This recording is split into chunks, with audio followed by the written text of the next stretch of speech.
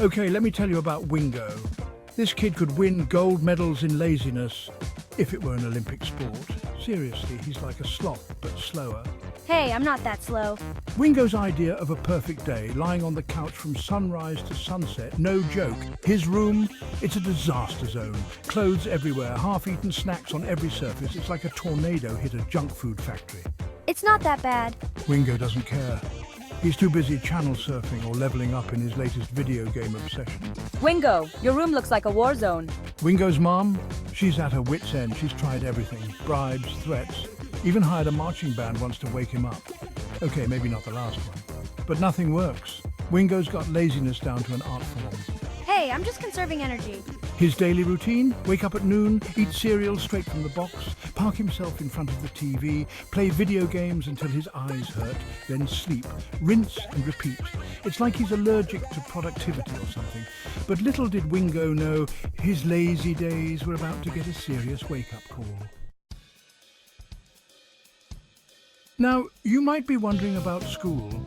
Well, Wingo shows up. Sometimes when he remembers, or when his mom drags him out of bed. School's not really my thing. His backpack, it's like a black hole where homework goes to die. Seriously, I think there's stuff in there from 3rd grade. In class, Wingo's the master of the blank stare. Teachers ask questions, he shrugs. They assign homework, he forgets to write it down. It's like he's perfected the art of being invisible while still taking up space. Wingo, where is your homework again? His grades? Let's just say they're not exactly fridge-worthy, but man, you should see Wingo when it comes to video games.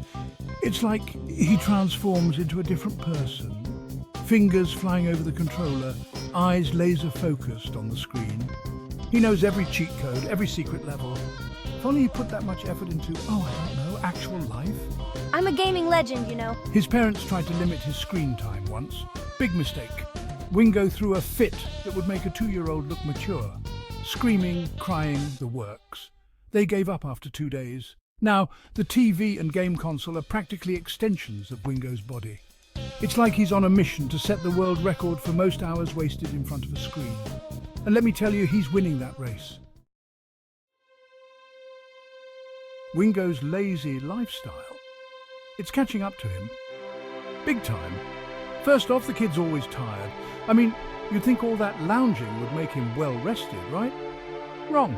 He stays up till 3 a.m. playing games, then can't drag himself out of bed before noon. It's like he's in a constant state of jet lag. I just need 5 more minutes. Or hours. And don't even get me started on his health. Wingo's idea of exercise is reaching for the TV remote. His diet?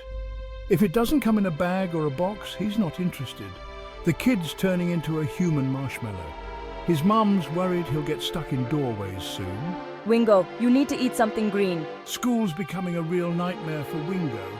He's always behind, always confused. It's like he's watching a movie that started 2 hours ago and he can't figure out the plot. His teachers are fed up. His classmates don't even bother asking him to join group projects anymore. Wingo's becoming a lone wolf, but not the cool kind. I feel like I'm missing out on everything. The worst part, Wingo's starting to feel bad, like really bad. He's not having fun anymore, games aren't as exciting, TV shows seem boring. It's like his brain's turned to mush from all the laziness, but he doesn't know how to change. It's like he's stuck in quicksand, and the more he tries to get out, the deeper he sinks. Wingo needs help, and fast. But who could possibly get through to this couch potato extraordinaire? Just when things couldn't get any worse for Wingo, something weird happened. Like, really weird. One night, while he was in the middle of his usual video game marathon, his room started glowing. At first he thought it was just his eyes going bonkers from staring at the screen too long, but nope. There, floating above his mountain of dirty laundry, was a tiny woman with wings, a fairy godmother, for real.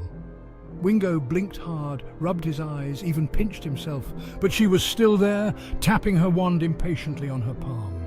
Wingo, we need to talk. Wingo was speechless, which, let's be honest, wasn't that unusual for him. But come on, a fairy godmother. In his room? The fairy didn't waste time with small talk. She waved her wand and suddenly Wingo was watching scenes from his own life. But not the present, the future.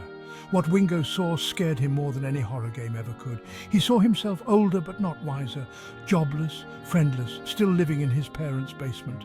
His future self was sad, lonely and regretful. The fairy's voice cut through Wingo's shock. This is where your path leads, Wingo. But it doesn't have to be this way. You can change your story. The question is, will you? First up, cleaning your room. Wingo's mind was reeling. That future version of himself? No way. He couldn't let that happen. But changing? That seemed harder than beating the final boss in Zombie Apocalypse 3. Still, he had to try. The fairy godmother gave him a magical to-do list. Every time he completed a task, it would glow. Wingo, this is impressive. Wingo stared at the mess like it was Mount Everest. He started slow, picking up one sock at a time. It took hours. His arms ached. But when he finished, the room actually looked nice. And the list glowed. Wingo felt a tiny spark of pride. Next challenge. Homework. Wingo's brain felt rusty. Like really rusty.